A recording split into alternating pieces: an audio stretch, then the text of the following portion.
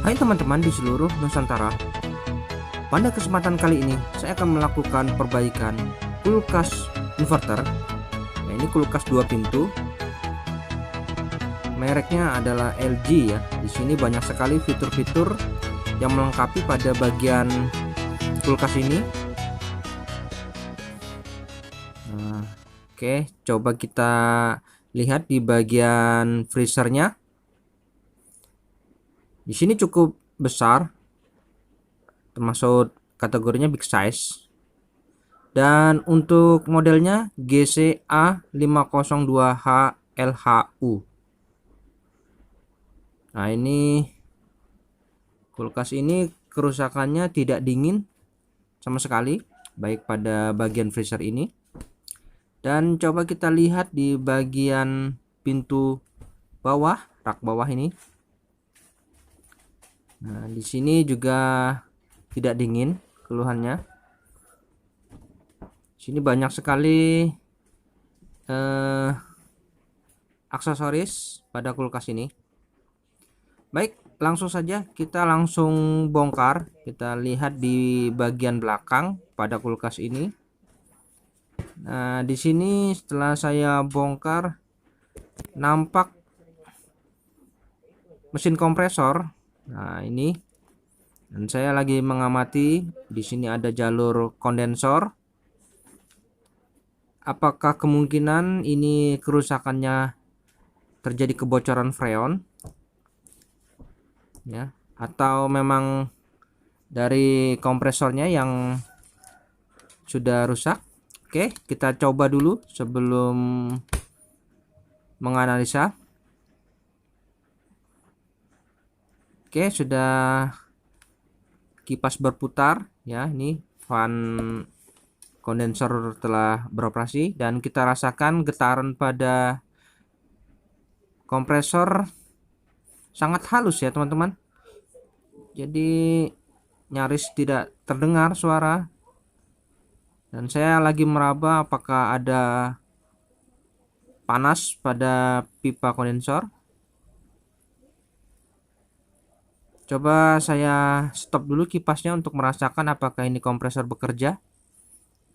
Oke, kompresor bekerja ya. Tapi pipa pada kondensor tidak panas di bagian sini. Apakah ini ada kebocoran atau apa? Nanti kita coba telusuri. Kita coba lakukan pemeriksaan detail.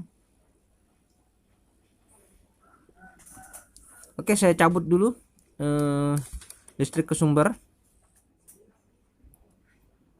Oke, sudah mati. Yang pertama kita coba potong di bagian sini di pipa hisap di pentil pengisian. Kita coba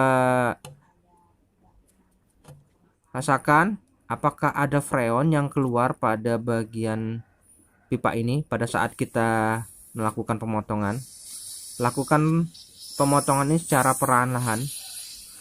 Nah, di sini nanti kita bisa dapat kesimpulan bahwa ini kerusakan. Nah, ternyata freonnya keluar ya. Dan ternyata kerusakannya ini tidak bocor ya.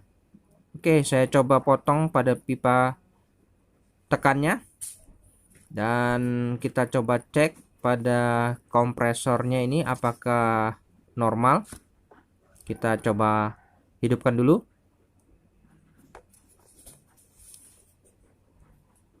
Nah, ini kita harus rasakan di situ harus ada nanti antara hisap dan tekan. Ya, itu harus ada tekanan ya.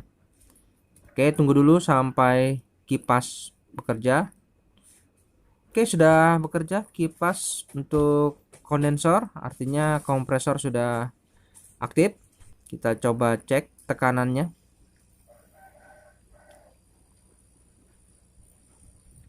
Di sini untuk hisapnya tidak saya rasakan, tidak ada daya hisap ya, kecil sekali. Untuk tekannya benar-benar tidak ada tekanan ini. Berarti saya vonis ini kompresor rusak. berarti kerusakannya di kompresor.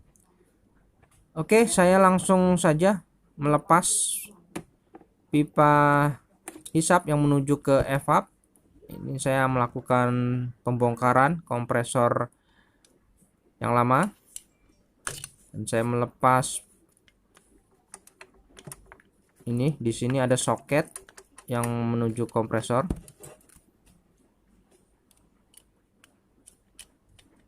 Oke, nah ini soketnya.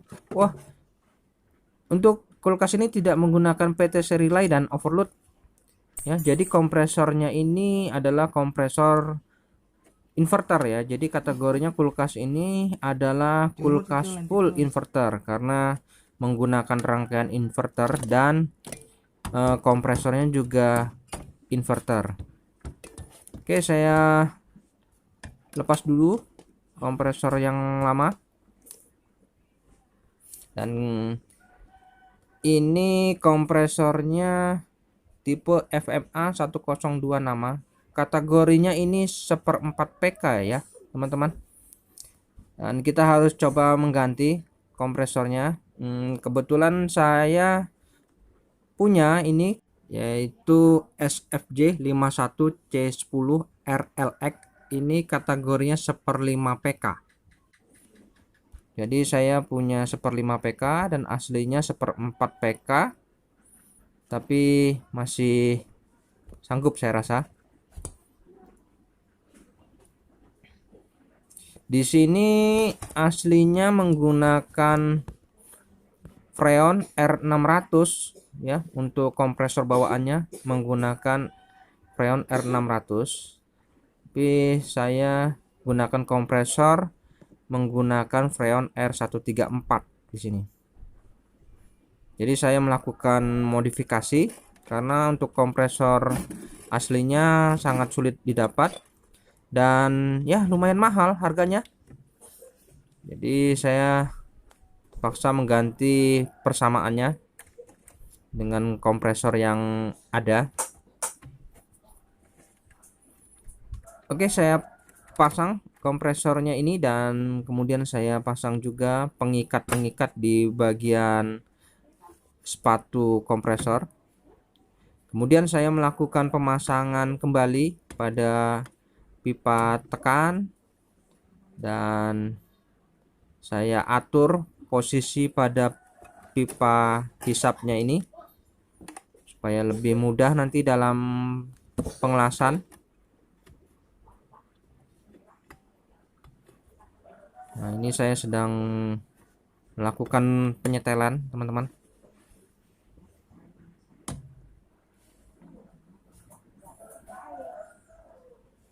Oke, sebelumnya kita coba lakukan pengelasan terlebih dahulu pada bagian pipa tekan.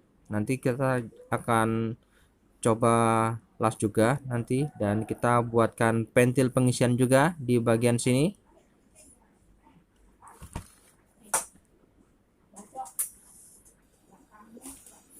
Oke, saya melakukan penyambungan pengelasan pada pipa tekan.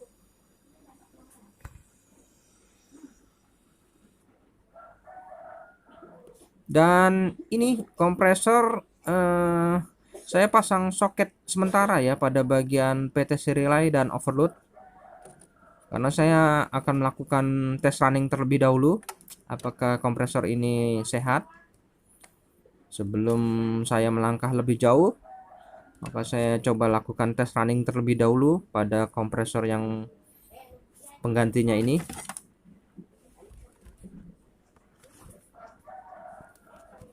Oke, saya hidupkan kompresornya.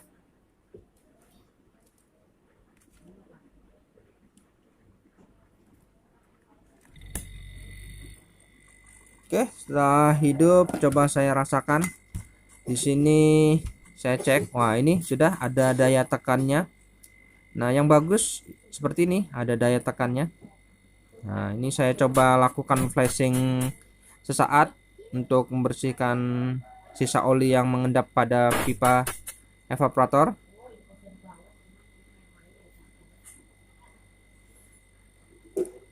Oke, ternyata tidak begitu banyak. kandungan oli yang ada, jadi tidak masalah, ini kategorinya bersih sudah.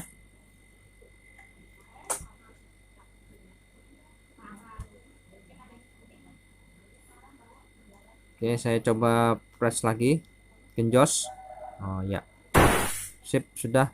Berarti kompresor ini sehat ya untuk kompresor penggantinya. Dan saya cabut dulu. Dan kemudian saya akan melakukan penyambungan langsung pada pipa ini hisapnya. Dan ini untuk ventil pengisian saya juga akan lakukan pengelasan.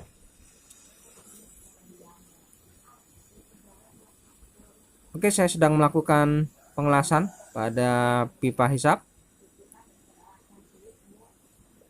Dan ini untuk pipa ventil pengisian juga saya langsung saja las. Saya sambung. Nah, di sini nanti kita akan melakukan pengisian freon dari sini.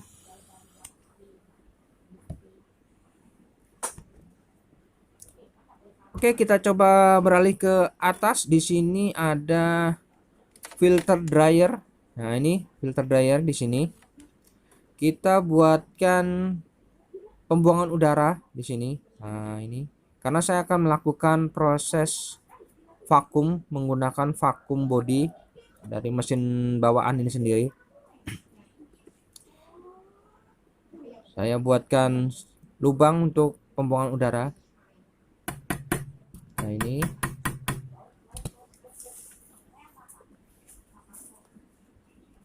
dan saya berikan sedikit pipa kapiler. Nah, di sini saya pasang dan saya akan melakukan pengelasan saja pada filter ini. Dan filter ini tidak saya ganti karena saya anggap ini masih bagus filternya karena tidak ada kebuntuannya. Beda halnya kalau misalkan ada kerusakan, kebuntuan pada sistem kulkas ini, maka filter harus diganti.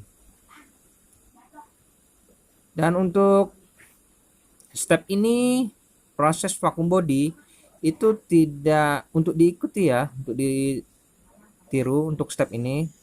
Dan saya menyarankan untuk proses vakum nanti bagi teman-teman, alangkah baiknya gunakan saja mesin vakum ya. Jadi ini tidak untuk diikuti step ini karena saya akan melakukan proses vakum menggunakan vakum body. Oke, saya siapkan manifold dan ini spoiler ventil pengisian saya pasang dulu supaya nanti saat selesai saya langsung saja tidak menutup permanen tapi membiarkan saja. Nah, oke, saya pasang dulu spoiler pada ventil pengisian. Oke, sudah terpasang. Kemudian saya pasang selang manifold ya. Nah, ini saya pasangkan selang manifold pada ventil pengisian. Karena saya akan melakukan proses vakum terlebih dahulu. Untuk vakum ini wajib ya, jadi harus dilakukan vakum sebelum kita mengisi freon. Oke, kita hidupkan. Saya hidupkan mesin kompresor dan kompresor bekerja. Nah, ini sudah bekerja. Dan ini keran manifold saya tutup warna biru dan jarum menunjuk ke mince ya. Dan di sini coba saya cek embusan angin. Nah, ini udara yang terjebak sedang dibuang di selang pipa kapiler pembuangan.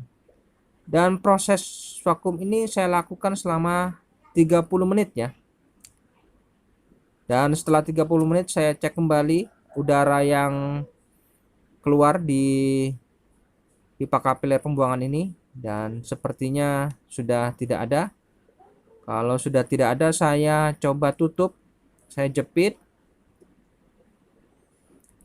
dan kemudian kita las ya, kita tutup rapat, jangan sampai ada kebocoran pada step ini.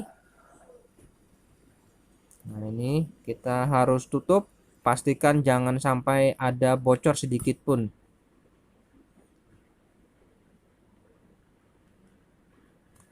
Nah, ini tutup ya. Nah, harus benar-benar tertutup ini. Oke, setelah itu jarum menunjukkan di min 30 PSI, artinya sudah vakum. Untuk instalasi ini sudah vakum. Kemudian kita siapkan freon ya. Kita siapkan freon. Nah, ini saya kebetulan menggunakan freon kalengan. Nah, ini saya pasang selang manifold pada freon, dan freonnya saya menggunakan freon R134A. Oke, saya buka dulu tabung freon. Nah, ini freon sudah mengalir ke pipa ya.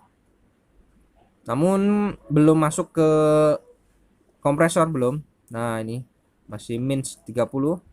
Jangan lupa kita harus buang dulu udara yang terjebak di selang manifold dengan cara membuangnya sedikit. Ya, kita buang dulu. Jadi udara terjebak sudah tidak ada, dan kemudian baru boleh kita mengisi freonnya. Nah, ini saya isi dulu freonnya sedikit demi sedikit. Lakukan proses pengisian freon ini secara perlahan ya, jangan terburu-buru, perlahan-lahan, sedikit demi sedikit hingga mencapai pada tekanan di antara 10 PSI ya. 10 PSI atau 12 PSI masih tidak apa. Kita cek lagi.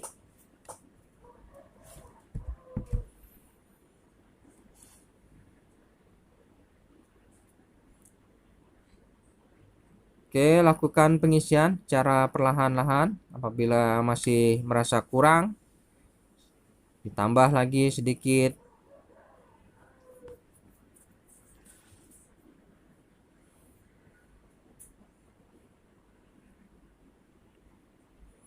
Nah, ini hampir sudah 10 PSI. Tambah lagi, coba.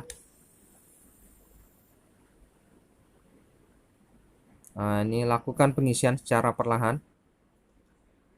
Oke, sudah 10 PSI kurang lebih. Ya. Tambah lagi dikit, coba.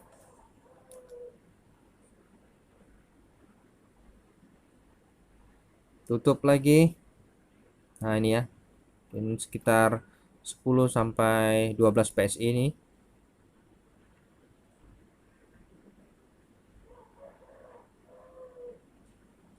Oke, setelah dirasa cukup jarum konstan di 10 PSI, 12 PSI, kita coba raba untuk filter dryer terasa hangat. Wah, ini berarti bagus, pertanda bagus. Dan ini kondensor terasa hangat, dan kita cek semua sepertinya normal. Dan proses pengisian kita stop dulu sementara, dan coba kita amati, kita intip pada bagian freezer ya. Kita coba intip, kita buka dulu ini cupnya, ini kita intip dulu di cup freezer ini. Kita melakukan pembongkaran pada bagian cup freezer ini. Sini ada 2 skrup yang harus kita lepas terlebih dahulu, dan ini cupnya tinggal kita tarik. Nah, di sini nampak ada fan-nya. Nah, ini Kap lapisan belakang kita lepas juga.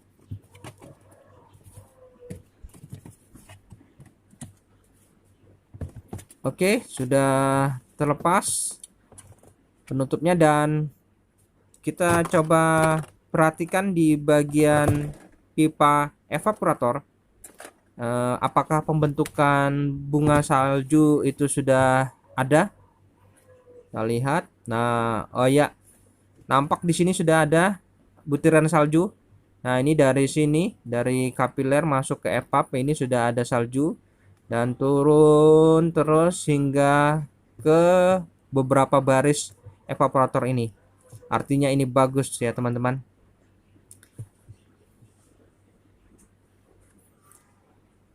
Oke, di bagian freezer ini kita akan melakukan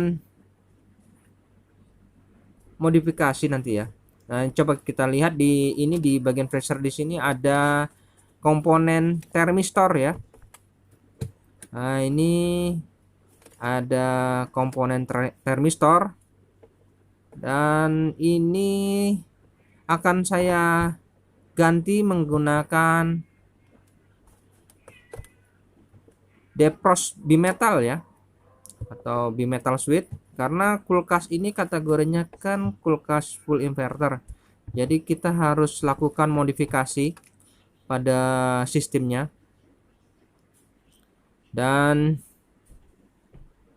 coba saya lihat di bagian atas. Nah, di sini ada box ya, ada box. Nah, ini kita buka dulu. Oh, ternyata isinya adalah rangkaian modul inverter. Nah, di sini ada diagram kelistrikannya. Nah, ini diagram kelistrikannya. Jadi tugas saya harus bisa modifikasi nih. Dan di sini ada macam-macam kode error ya, apabila ada terjadi kerusakan pada bagian modulnya. Jadi di sini ada nampak jelas ini.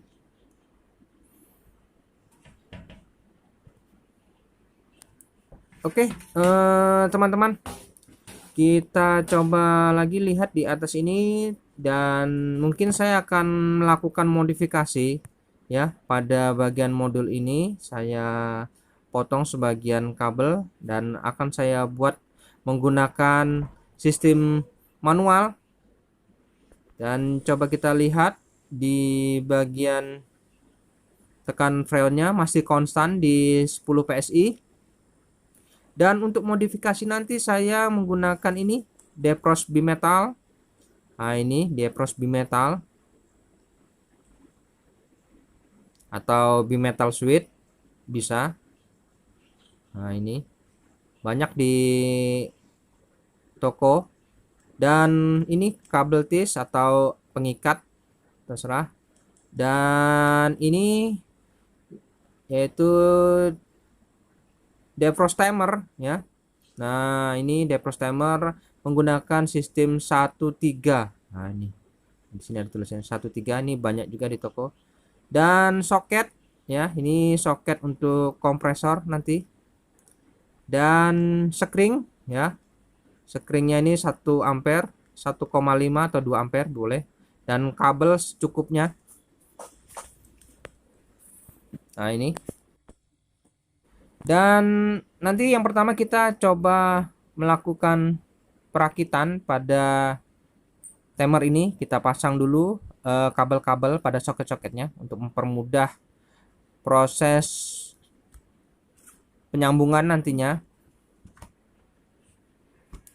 Saya lakukan proses penyolderan terlebih dahulu pada soket-soket di timer ini. Nah, ini seperti ini. Terserah warnanya, bebas, tidak jadi masalah karena di sini ada kakinya, kaki 1, kaki 2, kaki 3, kaki 4 ya. Oke, yang pertama kita coba pasang terlebih dahulu.